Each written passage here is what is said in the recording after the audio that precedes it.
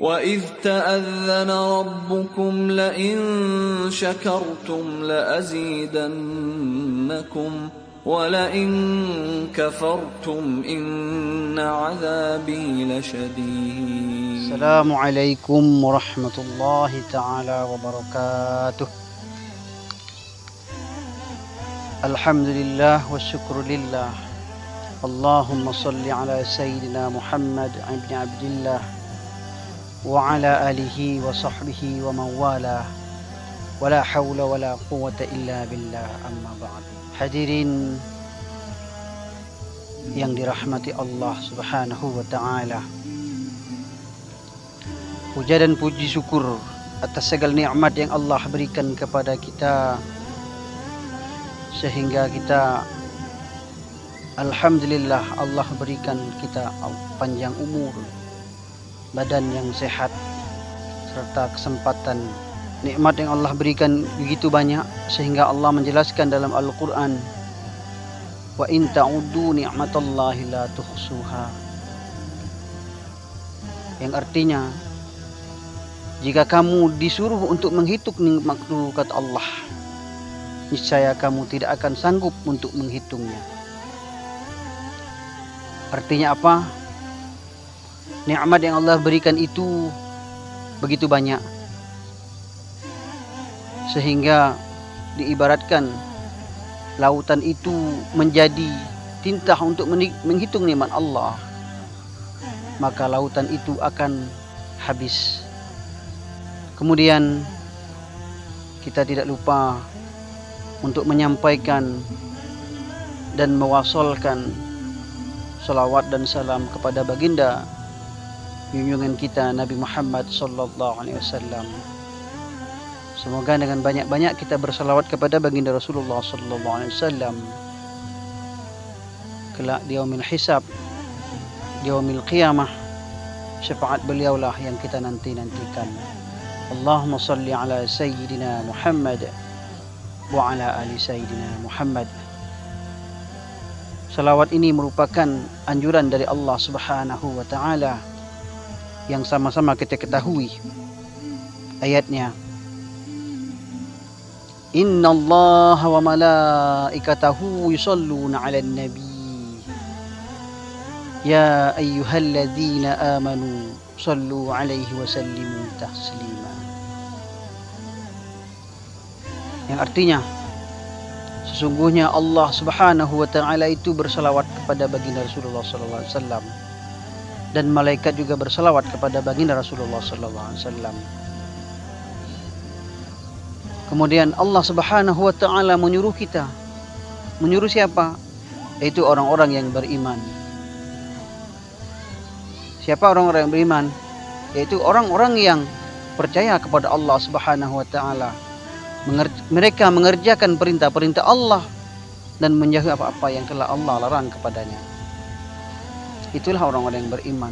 Mereka yakin bahwa Allah Subhanahu wa taala itu ada. Orang-orang yang beriman disuruh Allah untuk berselawat kepada baginda Rasulullah sallallahu alaihi wasallam. Hai orang-orang yang beriman, berselawatlah kamu kepada baginda Rasulullah sallallahu alaihi wasallam. Ma'asyiral muslimin wa zumratul mu'minin rahimakumullah. Nikmat yang Allah berikan kepada kita begitu banyak, seperti alam-alam ini yang kita lihat. Ini merupakan nikmat Allah Subhanahu wa taala kepada kita yang harus kita syukuri, yang harus kita nikmati dan kita syukuri.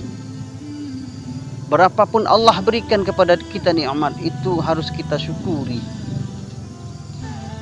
Hal ini Allah jelaskan kepada kita yang termaktub dalam surah Ibrahim ayat 7. A'udzu billahi minasyaitonir rajim. Bismillahirrahmanirrahim. Wa iz ta'azzana rabbukum la in syakartum la azidannakum wa la in kafartum inna 'azabi lasyadid. Shadid, yang artinya, dan ingatlah ketika Allah Subhanahu wa taala memaklumi kepada kamu, la in syakartum, jika kamu mensyukuri nikmatku, kata Allah, la azidannakum, maka akan aku tambah nikmatku kepadamu. Wala in kafartum, yang berikutnya, wala in kafartum, jika kamu mengkufuri, mengingkari nikmatku, kata Allah, maka inna azabi, sungguhnya azabku lasyadid, sangatlah pedih. Hadirin pendengar rahimakumullah, dari ayat ini sudah jelas bahwa Allah Subhanahu wa taala tidak menyukai atau memurkai kepada siapa-siapa yang tidak mensyukuri nikmat Allah Subhanahu wa taala. Nikmat yang Allah Subhanahu wa taala berikan kepada kita harus kita syukuri. Kenapa harus kita syukuri? Karena Allah Subhanahu wa taala berjanji kepada kita, siapa-siapa yang mensyukuri nikmat itu, kata Allah, maka akan aku tambah. Nikmat Allah begitu banyak. Alam yang Allah berikan kepada kita, tanaman-tanaman ini yang Allah berikan kepada kita, harus kita syukuri. Bagaimana cara mensyukurinya?